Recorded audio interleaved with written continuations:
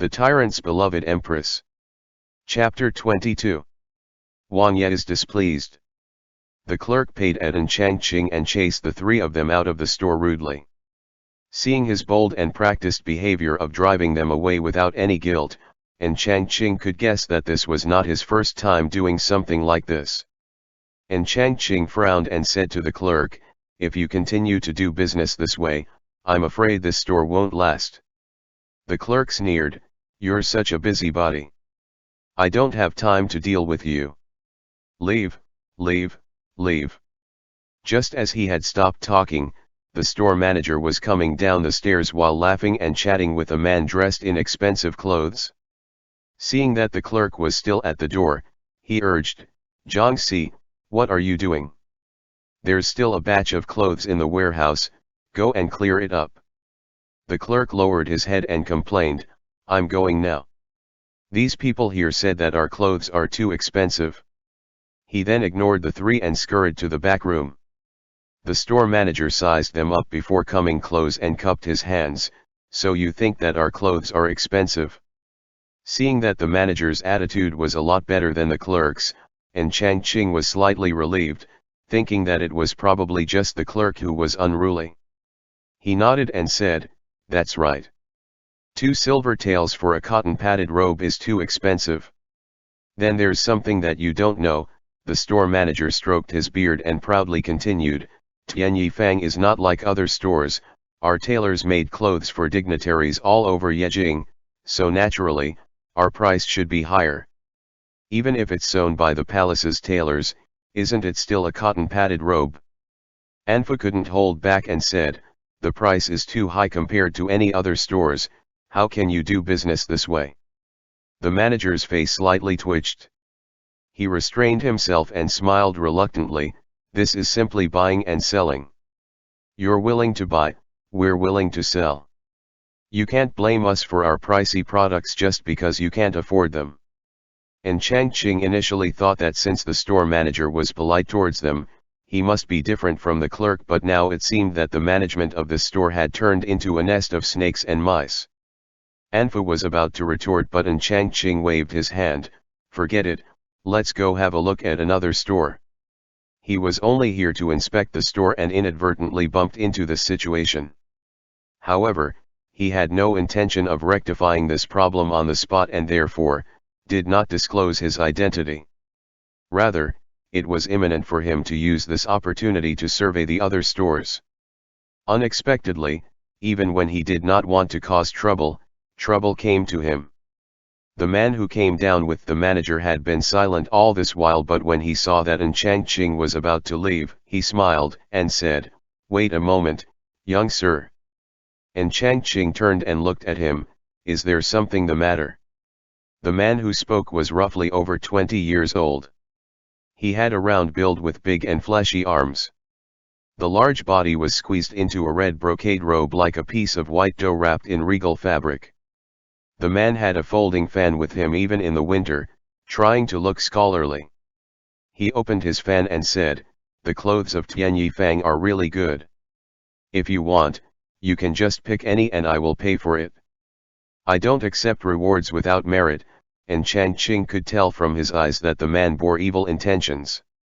He gave him an unfriendly look before turning to leave.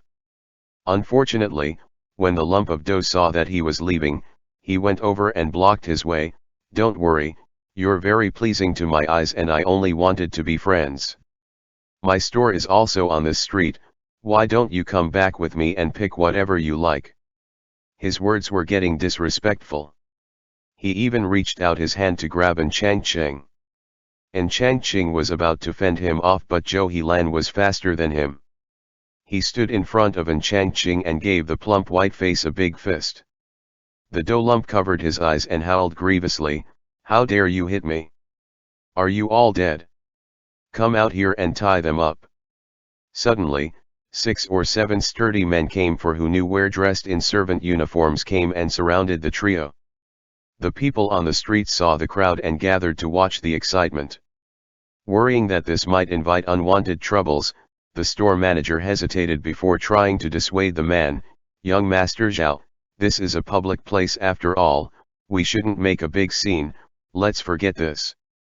Young Master Xiao looked at him angrily. Forget this? The person who has the guts to hit me has not been born yet. Bring me the good-looking one.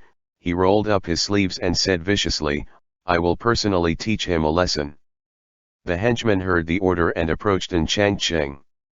En Changqing was not going to stand there and be a sitting duck. He was about to announce his identity when he heard the henchman screaming while writhing on the ground in pain. Xiao's he got arrived in the nick of time and guarded En Changqing behind him. A cold light flashed in his eyes. Who was it that dared to make a move on my Wangfei? His everyday expressionless face was already terrifying enough. Now that he was angered, he looked all the more violent. His cold eyes seemed to hide daggers that could stab through anyone he looked at. The white lump of dough had now turned whiter. His legs gave in and he fell to the ground begging, Wang. Wangye. It's all a misunderstanding. Xiao's Higa put on a murderous smile. His military boots with a nail-studded sole trampled on the man's hand. Is it also a misunderstanding if I kill you today? The man was terrified beyond words. He shook like a pendulum and could not even muster the strength to beg for mercy. The store manager and clerk were also panic-stricken. They fell to their knees and dared not speak up. Someone in the crowd suddenly said, Wangye is going to kill. The onlookers who had been watching the commotion immediately dispersed. As for those who were still curious, they stayed hidden far away and continued to watch the scene.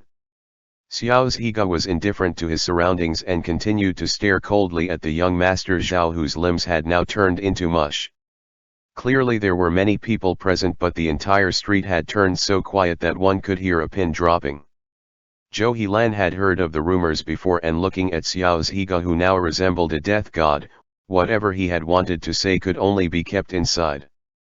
Only En Changqing was not afraid. He turned to look at the people watching from far away, then back at the intimidating Xiao's Higa. He pursed his lips and tugged at Xiao's Higa's sleeve. Xiao's Higa looked at him without speaking. En Changqing was not going to do any persuading. He scanned the area and his eyes landed on a large vase which he went over to fetch. He then returned to Xiao's Higa and said solemnly, Let me do it. Xiao's Higa did not respond and only frowned. But in the end, he still stepped aside. Before the lump of dough even had time to feel relieved, he saw a large vase hanging over his head. By the time he could register fear, the sound of porcelain breaking boomed and the dough lump, who had just escaped death, was rendered unconscious on the spot. En Changqing dusted his hands and gave him a kick. Then he spoke with satisfaction, How dare you flirt with me? You're simply asking for trouble. The sight of En Changqing baring his fangs and brandishing his claws caused the anger in Xiao's Higa's chest to dissipate, giving place to a feeling of tenderness as his heart skipped a beat. En Changqing looked at him and raised his chin proudly. He then said to the frightened servants, Take him away. Don't leave him here to be an eyesore. The group of servants snapped out of their daze and scurried off with the unconscious dough lump. In the end, only the ghastly pale store manager and clerk were left. En Changqing paced a few steps in front of them and said with a smile, As for you two, I will settle the scores with you later. Anfu, take them back to the manor and lock them up. Anfu complied with glee. He kicked the clerk and said fiercely, Stand up and follow me. The duo dared not disobey. They stood up feebly and followed him quickly as though they were running for their lives. Anfu escorted the duo away and only Zhou Helan remained. He glanced at En Changqing and promptly made the decision to tag behind Anfu, I'll go get the carriage. When only En Changqing and Xiao's Higa were left at the storefront, En Changqing squinted at Xiao's Higa and asked, Does Wangye recognize this store? Xiao's Higa replied, Yes. It's mine. And I thought you had forgotten about it, En Changqing complained, None of the employees here are any good and the clothes are ridiculously overpriced.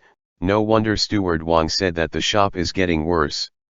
In the long run, don't talk about earning, we could only incur heavy losses. And the person in charge is so treacherous, I suspect that something shifty is going on behind our backs. It was all under Steward Wang's care. Feeling as though he was being accused of something by An Changqing's wave of complaints, Xiao Zhiga immediately threw Steward Wang under the bus. I do not have the time. I'll deal with them after I've combed through the accounts once more.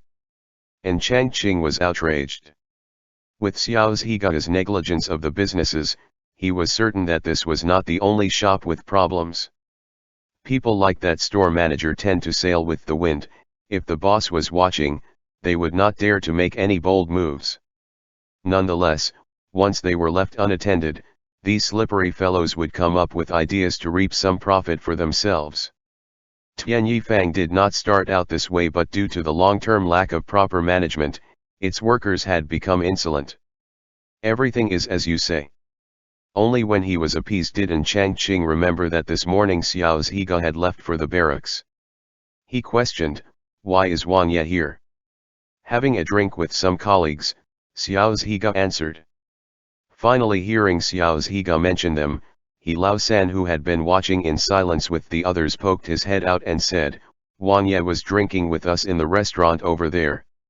He Lao-san's charcoal face smiled like a blooming flower. "If Wang Fei is free, your highness can join us. This Lao-san would like to treat your highness to some wine." When the others heard his bold invitation, they looked at Xiao Zhiga and mentally lamented for He Lao-san. As expected, Xiao Zhiga's briefly calmed expression immediately turned dreary. He said with a slight annoyance, "Wang Fei can't drink." He Lao-san was still unaware of the danger and continued to insist, "If Wang Fei can't drink, Wang Fei can still join us for food. We haven't had the chance to, Before he could provoke Xiao Zhiga any further, his colleagues hurriedly covered his mouth and held him down. "We haven't settled the bill yet, let's go back and do so. Wangye and Wang Fei, please take your time." They then dragged He Lao-san away and ran off like the wind. Back at the restaurant, He Lao-san was brimming with dissatisfaction. He stared at his colleagues like an angry bull and complained, "What were you guys thinking? I wasn't finished talking yet." The others rolled their eyes at him, thinking if they'd let him run his mouth, their days in the barracks for the upcoming year would be a hell pit. But I have to say that Wang Fei was indeed good looking. No wonder Wangye rejected all other women just to be with him. And he even hid him so well. He Lao-san smacked his lips and said with envy, "If a beauty like that was willing to be with me, I wouldn't mind if it was a man, too. Can you please be quiet? Haven't you got into enough trouble with that mouth of yours? And don't forget that Wang Fei just threw a vase at someone. My good man, that vase was as tall as a child and he did not even bat an eye when dropping it on that man." And with Wangye's terrifying temper, no one had ever dared to confront him except the seemingly fragile Wang Fei. What surprised them the most was that Wangye's anger had instantly vanished. It was about time the tiger found its tamer. After having his colleagues simplify the matter for him, He Lao-san was finally enlightened. At the same time, he also felt a chill at the back of his neck. "Oh no, what have I done?" Zhou Helan came back with the carriage and An Changqing got on. Xiao Zhiga hesitated momentarily and finally decided to ditch his horse to ride the carriage with An Changqing. In the far distance, the people of Yejing had begun to whisper, "Wangye's ferocity is too frightening. Was that the young master of the Zhao family? What rotten luck." But the young master of the Zhao family was asking for it. Even if Wangye ended up killing him on the spot, it's justified. When someone said this, other listeners also agreed and chimed in. Who won't get mad when their wife was being harassed and bullied in public? Wangye was too kind in sparing his life. They were too used to hearing about Xiao Zhiga's indiscriminate killings that someone had to bring up this point to deter them from their usual train of thought. That's right. Young Master Zhao had also done many evil things, he deserved it. Even if Wangye had killed him, it's a blessing to the common people. Speaking of which, Wang Fei was quite incredible. He had a scholar's body but is actually quite powerful when hitting someone. Did you get to see Wang Fei's appearance? No, I was too far away, but I can tell that he was very charming. Wasn't all that written in the scripts? Asterisk asterisk asterisk. The people continued to chat happily while the central figure of their discussion was currently buying roast duck at Zhufuzai. Even after the unpleasant incident, he still insisted on buying the delicacy. When the carriage stopped in front of Zhufuzai, Xiao's Higa alighted and went to order a serving of roast duck. The waiter peered at the carriage while wrapping the duck in oil paper. He said with flattery, "This duck is blessed to be eaten by Wang Fei." The manager said that whenever Wang Fei wants to eat something from our store, just send someone here and we'll have a freshly roasted duck delivered to the Wang Manor. The waiter's bold and enthusiastic banter was unfamiliar to Xiao's Higa, who was used to being feared. He frowned slightly and after a few seconds of silence, threw him a silver ingot and returned to the carriage with the roasted duck. The waiter looked at the payment and hoped, "Wang Fei, please come again. Zhufuzai's business will depend on you from now on." Asterisk asterisk asterisk. Why did you want to buy roast duck all of a sudden? And Changqing sniffed as he looked at the paper bag in his hand. It's good. Xiao's Higa handed him the bag and said, "Eat some when we get back." And Changqing was still filled with curiosity as to why Xiao's Higa suddenly went out of his way to buy the roasted duck, but the smell of the duck was truly enticing that he gladly accepted it. "We'll eat together when we get back." Seeing that he liked it, Xiao's Higa's expression softened considerably. "If you like it, I'll buy it again for you next time." And Changqing turned to look at him and their eyes happened to meet. Suddenly, and Changqing was able to connect the dots. "Did you buy this especially for me?" Xiao's Higa responded bluntly with an N. And Changqing moved in closer to him and concentrated his eyes on him, just like the plum pastries. The man being stared at answered with another N. The smile in Changqing's face widened and he whispered softly to himself, "Looks like you're not entirely made of wood." On the way back, Changqing was in a good mood and had begun to figure out how to deal with the moles inside. Whatever happened today had exceeded his expectations. He had wanted to deal with this after the new year, but the other shops were sure to have gotten wind of today's events. Therefore, it would be better if he dealt with them all in one go. And Changqing thought it over and discussed with Xiao's Higa, "Before the year changes, let's bring in the store managers of all the shops and rough them up.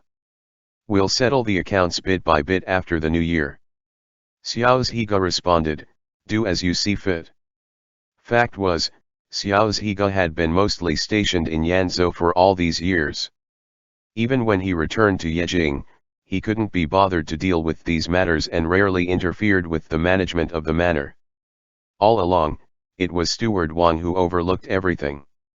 And Changqing observed his expression and continued, "The stores are all under Steward Wang's charge. It's not possible for him to be unaware of Tian Yifang's situation." Xiao's Higa nodded. Of course he had thought of this. Steward Wang was an adept attendant who served him, but he was not his confidant. Xiao's Higa's foundation was in the army of Yanzhou. To him, the Wang Manor in Yejing had always been just a foothold. Steward Wang had been with him for a long time and was well versed with commerce. This was why Xiao's Higa had relinquished everything to him. It wasn't as though he hadn't expected Steward Wang to try and make a profit for himself, but he had led many battles and knew that this was similar to looting the place after winning a battle. It was not sanctioned but cannot be fully prevented. Therefore, he had always turned a blind eye to Steward Wang's actions. However, it was obvious that Steward Wang had caused his Wang Fei immense dissatisfaction. Xiao's Higa could only coordinate with Changqing and asked, "How do you plan to deal with him? We're currently short of staff, let's just put some fear in him but let him continue to work." Ever since Xiao's Higa had read to him the book on warfare, Changqing had occasionally gone to his study to continue reading up on it. As of now, he had somewhat grasped the concept of psychological warfare. "We'll left him hanging first. The more guilt and fear he has, the more dedicated to his work he will be. Steward Wang might have gone astray, but he was a timid person. Based on Changqing's observations, he only dared to cash in if the opportunity allowed for it, but he would not have the guts to deceive Xiao Zhiga blatantly. Xiao Zhiga looked at him in surprise. He had thought that Changqing would use this chance to get rid of Steward Wang. After all, from the time Changqing entered the Wang manor, the two had not been harmonious with each other. He would never have expected Changqing to do things this way. His eyes flickered and he agreed, Nuno's words are very reasonable. Changqing. ******. When the carriage arrived at the Wang manor, Steward Wang brought the servants to greet them. His face was looking pale. Before Changqing's return, Anfu had brought the store manager and clerk from Tianyifang back and let Zhao Shi escort them to the cell. When Changqing took over, he knew that sooner or later, the situation in the shops would be discovered and had specifically warned the ones in charge to show some restraint.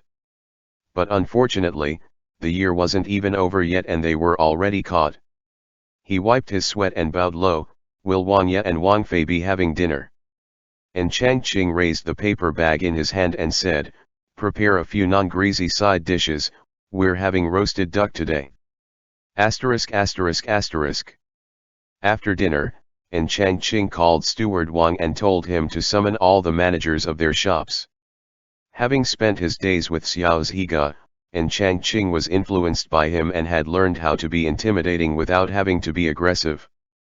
When the overly delicate face became serious, it now carried a vigor similar to Xiao Zhiga's.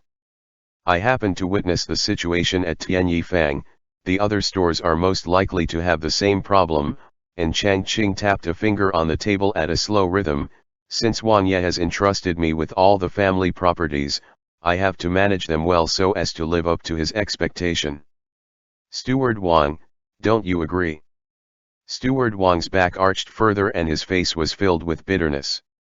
Wang Fei's words were clearly aimed at him and even a fool could tell that he was trying to stir him up. After the staff of Tianyifang was taken into custody, he knew not what they had revealed, only that Changqing would not easily let this matter rest. And as expected, the other managers were being summoned as well. It seemed Changqing was determined to get to the bottom of this. Although he was not directly involved, turning a blind eye was akin to abetting. Changqing had not addressed his mistake, but his every action had caused him to feel aggravatingly distressful. Steward Wang replied with caution, "Wang Fei's words are very true." Having acquired the desired result, Changqing waved his hand and said, "Go make the arrangements." ******. In the blink of an eye, 2 days passed and Steward Wang had scheduled for the store managers to meet on the 20th of this month. And in the middle of it, Tie who returned with news of the nunnery. This nunnery was unknown to most. Unless one traveled outside the city, they would not have even heard of the place. Tie whose investigation found that this nunnery's ideology had been far removed from its religious roots. The people of Daya followed Taoism, so naturally, not many would burn incense for Buddhist temples, much less this remote nunnery. And as the number of visitors waned, the nature of this place began to change. It was no longer a place for worshipping but a prostitution lair in disguise. Because of its remote location and arduous condition, most of the women sent there were sinners or widows with nowhere else to go. As the place lacked many things from the materialistic world and the women living there weren't exactly virtuous to begin with, they eventually charmed men into visiting the nunnery and obtained incense money in return. The woman that the little beggar mentioned was called Xiao Ying. She was one of the best earners in the nunnery. It was said that she had long been booked by a nobleman and did not serve anyone else. Due to the time constraint, Tie who could not verify who this nobleman was, but judging from the little beggar's words, this person was most likely Wu Wanshu. Furthermore, he had also made 2 other unexpected discoveries. The woman named Xiao Ying had sent her maid to get some aborticide. "I saw that her stomach is also slightly bulging, she's probably pregnant." And Changqing raised his eyebrows. In his last life, When she had entered the Marquis Wu's residence, there was no mention of any children. If this child was Wu Wanshu's, she could use this to rightfully become his wife and enter the Marquis's house. Even if the Marquis refused to accept her, they would still have to compensate her for the abortion. Why did she secretly have to buy aborticide? And Changqing felt that something was amiss, but for the time being, he still couldn't put a finger on it. He moved on. What else did you discover? I managed to track down the crazy woman. The crazy woman was spotted while he was watching the nunnery. She lived in a village near the nunnery and was constantly lamenting about how a vixen had killed her son. Tie who had accidentally heard the villagers discussing her and decided to investigate. Much to his surprise, he made another useful discovery. This woman was not always crazy. Her husband's surname was Qian and had died early, leaving her with one son, Qian Yun. Qian Yun was born short and unsightly, but being skilled at grooming horses, he eventually landed a job in the Wu Manor.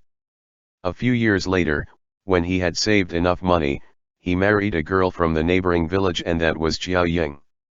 In contrast to Qian Yun, Xiao Ying was pretty and charming. After marrying him, she would stay at home to serve her mother-in-law and occasionally brought food to the Wu Manor for him. Life was peaceful until one day, Qian Yun came home and gave Xiao Ying a slap. People in the village suspected that Xiao Ying was having an affair with someone outside, but before they could confirm their conjecture, Qian Yun fell into a pond on his way home and drowned. Qian Yun's death caused his mother to go mad, cursing at Xiao Ying and blaming her adultery for his death. But Xiao Ying was no pushover. Every day, the two would quarrel and fight like cats and dogs. After some time, it was said that Xiao Ying had run off and the woman's insanity worsened, swearing at Xiao Ying on sight of anyone willing to listen. The Marquis Wu's house again, and Changqing contemplated, then the adulterer is most likely Wu Wanshu.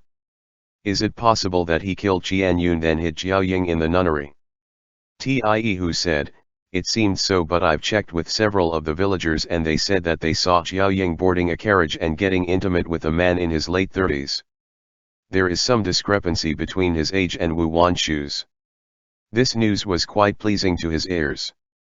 And Changqing said while thinking, maybe Xiao Ying has more than one patron. Her child, it is possible that it's not Wu Wanshu's and that is why she had to get an abortion. Tie who also came to the same conclusion. But as someone coarse who had only fought on the battlefield, this type of scandalous affairs was confusing to him. After strategizing up a plan, and Changqing said, continue to watch the nunnery. Also, is there a way to swap Xiao Ying's aborticide? Tie who thought it over and replied, I can try. Then give it a shot, and Changqing continued, change it to something that strengthened the pregnancy. One more thing, find a way to divulge this news to Wu Wanshu. Tie who glanced at him in surprise, thinking that Wang Fei could be cruel when he needs to be. If the infant in Xiao Ying's belly is not Wu Wanshu's, there's going to be a big show for everyone to see. Tie who left after receiving his orders. And Changqing then called for Zhou Helan and they went to the cell to question the store manager and clerk. When the store manager and clerk were brought back to the manor, and Changqing did not use force against them. He only kept them locked up in separate cells. No matter how much they begged and admitted their mistakes, he refused to grant them an audience. And today had already been the third day. It was time to put them on trial.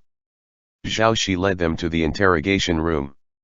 Although the rumors stated that the Wang Manor was like a purgatory, the truth was that ever since the prison was built, it was rarely put to use. That said, the place was complete with torture instruments in accordance with the military specifications for interrogating spies. When the store manager and clerk saw the gruesome apparatus, they immediately turned frail due to fear. Zhao Shi brought a chair for An Changqing to sit on and dragged the clerk out first. The clerk was incredibly terrified. When he saw An Changqing, he knelt down and banged his head on the ground, begging for mercy. Zhou Helan was in charge of the interrogation and after a few questions, he was able to get a clear idea of what was going on in Tianyifang. It turned out that the manager from Tianyifang had colluded with the Zhan family's garment shop. In the beginning, Tianyifang had a good reputation and was quite popular in Yejing. To steal their business, the Zhan family had first poached their tailors, then paid the manager to inflate the prices. As a result, many customers eventually preferred to buy from the cheaper-priced Zhan family stores. Consequently, the manager got bolder with the increasing money he received from the Zhan family. He not only overpriced the items but also sold Tianyifang's clothes to them at a slightly higher price than the cost, and the profit with that was put into his own pocket. When he had to give a report, he claimed that the garments weren't selling and had to sell them cheaply. And Changqing was simply enraged to the point of almost laughing. When did it start? The clerk's lips were shaking as he said, about 2 to 3 years ago. And Changqing's expression went through several different changes before finally calming down. After the interrogation, Zhou Helan made the man sign a confession and then proceeded to bring the store manager up.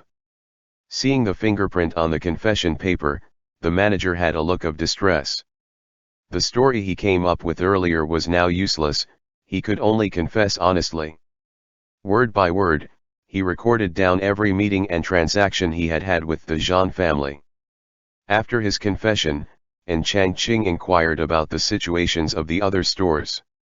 These managers tended to socialize with each other to exchange information and goods that the other lacked. The manager could only comply and write down what he knew. In the cold winter, the manager's face was filled with sweat after he finished writing down his statement. Just as he was about to feel relieved, he heard Changqing say, "After this, send him to the judicial court." The manager's face turned ash pale. He knew then that he no longer have a future. And Changqing personally tallied up the amount of silver Tianyifang had lost and how much of it had flowed into the Zhan family's pocket. He smiled coldly, thinking of the lump of dough that he had let escape. He patted the table twice and said to Zhou Helan, "Bring Tiehu along. We're going to get a large sum of money from the Zhan family." Such a large sum of money, he couldn't let it go just like that. Zhou Helan could see that he was brooding. He considered briefly, then advised, "Why don't you ask Wangye to come with us? This way, things will go faster and easier, we might be able to acquire more than we expect." And Changqing was on the same wavelength. He looked at Zhou Helan with appreciation and they set off to find Xiao's Higa. The barracks outside the city were on holiday, allowing Xiao's Higa to remain in the manor. Seeing Changqing coming with a stack of documents, he could somewhat guess, "Are you done with the interrogation?" They have been sent to the judicial court. But the amount we've lost is not small, I'm going to the Zhan house to get it back. And Changqing looked at him heatedly, "Can Wangye come with me?" Looking at his expectant eyes, Xiao's Higa did not have to think twice before agreeing. And Changqing blissfully walked ahead, "I'll go have the carriage prepared." And so, on this afternoon, the people of Yejing saw a magnificent carriage coming out of the Wang Manor's big gate. The large Xiao character carved into the carriage was hard to miss. The carriage headed straight to the Zhan family's garment store without stopping. The clerk, who was still oblivious, went out to greet them nervously. With trembling legs, he invited Changqing and Xiao's Higa, who got off the carriage with 2 intimidating bodyguards by their side, into the store. After sitting down, Changqing sipped his tea leisurely before stating his purpose, "Wangye and I are here to collect certain debts." Debts? The shopkeeper had steam coming out of his head. He carefully phrased his words, "This. The Zhan family couldn't possibly owe Wangye any debts, could it?" And Changqing motioned for Anfu to present the confession slip and account book for him to see while Changqing continued to drink his tea. The shopkeeper flipped through the account book and his face changed drastically. He looked up at the 2 imposing figures, then back at the item in his hand and said, "Wangye, Wangfei, please wait, I'm going to fetch my master." The northern warlord's reputation was indeed useful. The store owner not only arrived promptly, he even brought along several boxes of silver. The head of the Zhan family resembled a lump of dough with hair and a figure larger than young Master Zhan. He came forward and saluted, "I've brought the silver, Wangye, Wangfei, please take a look." The servants then went on to open the chests. Inside was bright shiny silver. Anfa counted and it amounted to a whopping 40,000 taels of silver, almost twice as much as the money they were hoping to collect. Looking at the spectacular silver, and Chang Qing's eyes sparkled and he smiled satisfyingly, "Good, that seems like the right amount." Seeing and Chang Qing bluntly accepting all the silver, Master Zhan was bleeding inside. However, he knew that they were at fault, and what was more terrifying was that the battle god Northern Warlord had come in person. He could only force a smile and say, "That's good, that's good." And Chang Qing was delighted to have acquired double the amount and decided to let them off. The bodyguards carried the silver chests into the carriage and they left as mightily as they had come. Master Zhan heaved a sigh as though he had just escaped death. But after being relieved for only one day, he got wind of news that Wangfei was handing out porridge for the poor in front of Tian Yifang. The northern warlord's Wangfei was wearing a cotton-padded robe from Tian Yifang and stood at the door with an air of nobility. Although his clothes were only simple cotton-padded robe, it looked more elegant and exquisite than the stuff made of colorful brocade. The people of Yejing were thrilled to be able to gaze at the Wangfei's face for the first time. Even if it weren't for the porridge, buying the same garment as Wangfei from Tian Yifang to share a hint of his grace was still worth it. In addition to those who loved to watch the excitement, a large number of people gathered in front of Tian Yifang. And anyone who could spare Master Zhan a glimpse could tell that he was about to have a heart attack. ******. Lately, the people of the Wang Manor were in constant fear. None dared to go close to Wangye's study. Wangye would practice his spear here every day, but for some reason, his expression during these sessions was incredibly intimidating recently, like he was out for blood. Everyone in the Wang Manor would take a detour just to avoid the place. This morning, and Chang Qing got up early again. He changed into a new robe sent by Tian Yifang and got ready to leave. Even after retrieving the silver from the Zhan family, and Chang Qing did not become complacent. The silver is dead while the shop is alive. A prosperous Tian Yifang could earn him much more than 40,000 silver taels. He discussed with Zhou Helan and they came up with a solution to save Tian Yifang from its decline. Let and Chang Qing hand out porridge at the front of the store. Tian Yifang's reputation had been soiled for over 2 years. Something that could not be fixed overnight.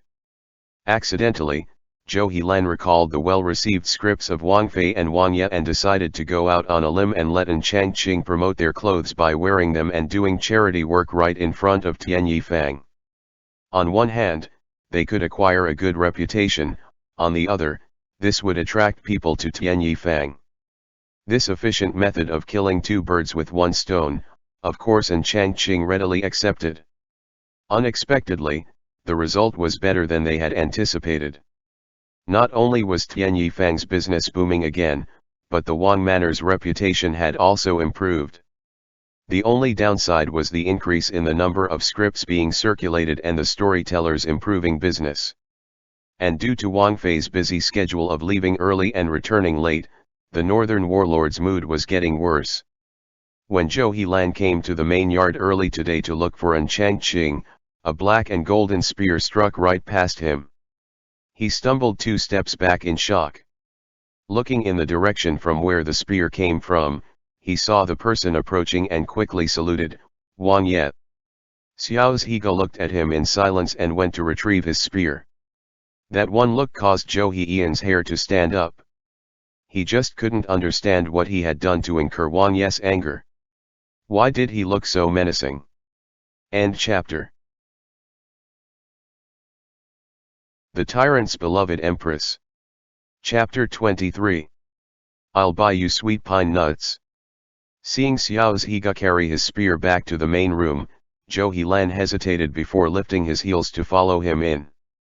Although he could not figure out what he had done to annoy Wangye, from the days he had stayed in the Wang Manor, He had witnessed that the northern warlord was not cruel and unreasonable like what he had heard outside. Moreover, Zhou Helan was Wang Fei's follower. With Wangye's affection towards Wang Fei, he was quite certain that Wangye would not dare to cross Wang Fei and get rid of him. After reassuring himself, Zhou Helan was more confident with his footsteps and briskly walked behind Xiao's Higa. And Changqing had just changed into a dark brocade robe with moon embroidery which was also sent from Tianyi Fang. The price was not high but the quality and workmanship were excellent. For the winter, the garment was even lined with a layer of wool. Putting it on Changqing, the garment's elegance was amplified, giving it a stylish look. Xiao's Higa admired him in silence. He swept a quick look past Zhou Helan at the door and asked, "Are you going to hand out porridge again today?" "No," and Changqing straightened the jade pendant at his waist and smiled at him. "Yesterday, we posted an announcement for recruiting new staff. There were many applicants and we're going to the shop to pick a few." Xiao's Higa thought and said, "I'll go with you." And Changqing looked at him in surprise then frowned awkwardly. With Xiao's Higa's intimidating face, and Changqing was quite reluctant to take him to the store. Having him there while he was hiring people would probably scare the applicants away. But certain words shouldn't be spoken too straightforwardly, so Changqing said, "Is Wangye not busy today? I'm afraid there's too much to be done at the store and it'll take a while." And Changqing was hoping that Xiao's Higa would understand that he was trying to tell him to be occupied with something else, but Xiao's Higa nodded and said expressionlessly, "It's no problem. Let's go."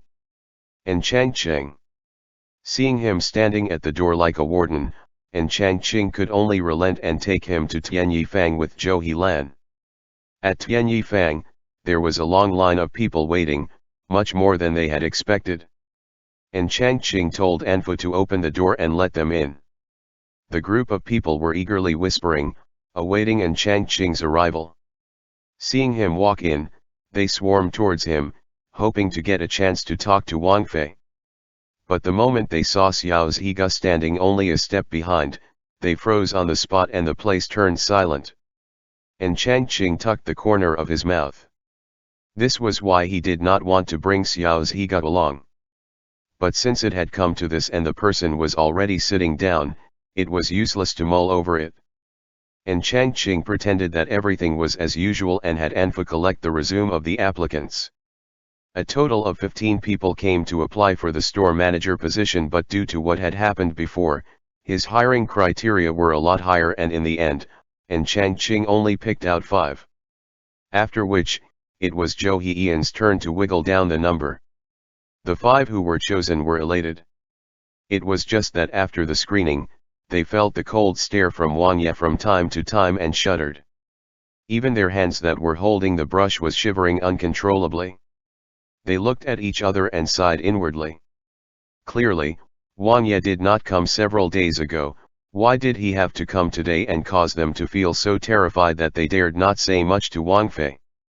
What bad luck! The Wangye sitting high above did not know that he was being complained about.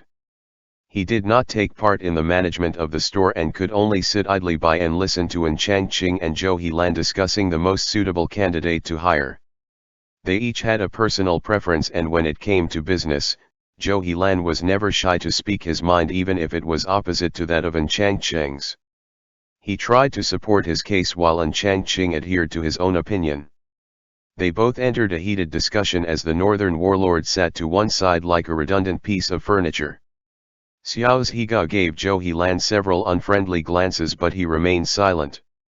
Their debate ended in a compromise with 2 candidates being hired. They would both work in Tianyi Fang and the one who made better sales would be promoted. On the way back, Changqing was particularly happy. Today's argument with Zhou Helan had given him new insights. Having 2 managers at the same time meant that there would always be someone to supervise the other. The one they did not promote would still be trained and could be assigned to manage other shops.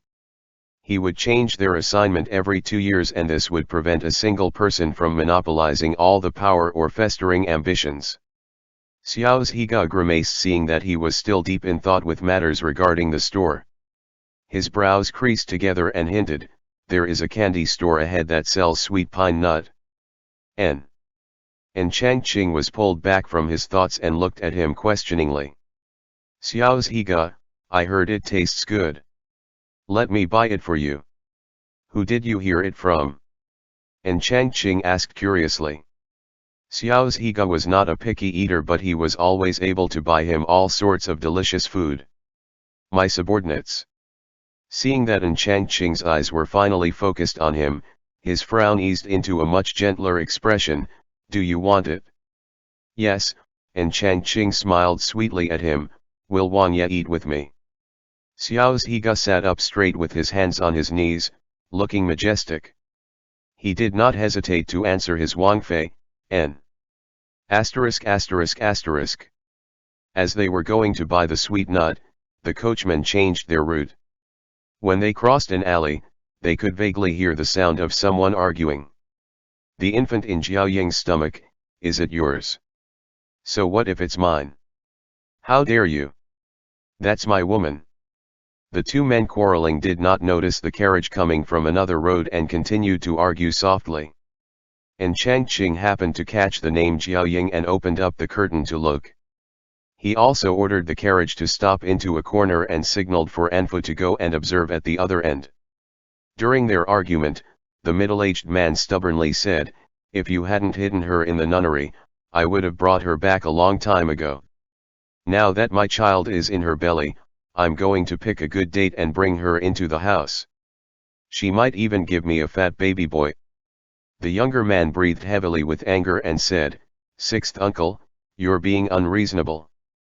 The man who was called sixth uncle sneered, "Daring to touch my woman, you still have ways to go. You probably don't know this, but even before her husband was dead, I've already had a great time with her. You're the only one who thinks that she's an untouched treasure." The two bickered for a while before parting ways disgruntledly. The younger man was especially riled. He kicked the wall brutally before leaving. After watching the event, Anfu headed back with a look of amusement on his face. It's the fourth young master and the sixth master of the Wu Manor. Marquis Wu had 5 siblings, but only one shared the same mother as him, named Wu Lu, and who people usually called Lu Ye. And the fourth young master was referring to the son born from the Marquis's concubine, Wu Wanshu. Since they had mentioned Jiaoying, Wu Wanshu must have known that she was pregnant and that the child was not his but his uncle's. A pair of uncle and nephew hiding in a corner to argue over a widow. Thinking of Wu Wanshu's gentlemanly facade, a fire burned in Changqing's eyes. For a woman who had committed adultery with his uncle, this man had forsaken his sister and after her unfortunate passing, had even made her his legitimate wife. This would be the scandal of the century. Uncle and nephew bedding the same girl. This was the righteous and harmonious Wu family. Bah! And Changqing was filled with fury. He clenched his teeth and said, "Find a chance to spread this matter. Let's see if after he had blown this up, would Wu Wanshu still have the nerve to come for his sister?" Maybe because even the heavens were angered by the Wu family's malfeasance that before Changqing had the chance to spread the word, Tie-Hu rushed back to inform him that the nunnery was on fire. This fire was set by the crazy woman. What about Jiaoying? Jiaoying happened to be outside when it happened. This was what one would consider being handed a pillow when you're sleepy. And Changqing put his mind to work, then said, "Tell someone to report this to the Wu Manor. Notify the court and make sure to have government officials sent to the scene." Tie-Hu left to execute his orders. And Changqing told Anfu to prepare the carriage and personally went to the nunnery. When Changqing arrived, the fire had just been extinguished. The originally simple-looking nunnery was reduced to ruins. The crazy woman was running and waving her hands through the debris, shouting, "The vixen is dead. Son, your mother has avenged you." The villagers looked at her inquisitively, but none dared to come near. The coachman picked a shaded place to park the carriage, wherein Changqing lifted the curtain to observe the scene. He saw Xiaoying holding her stomach and cowering at a corner, probably worrying that the woman would find her. And Changqing looked at her with scorn and silently estimated when the two men would arrive.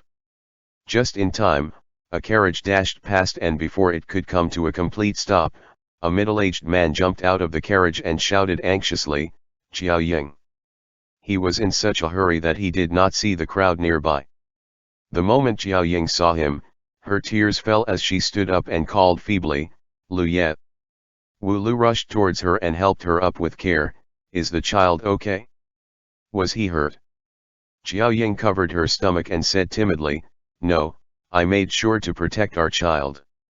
Right after she finished her sentence, a voice said hesitantly, "Xiaoying."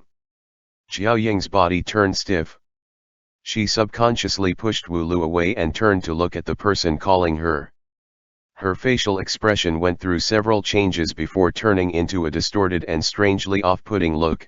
Fourth young master, why are you here? End chapter.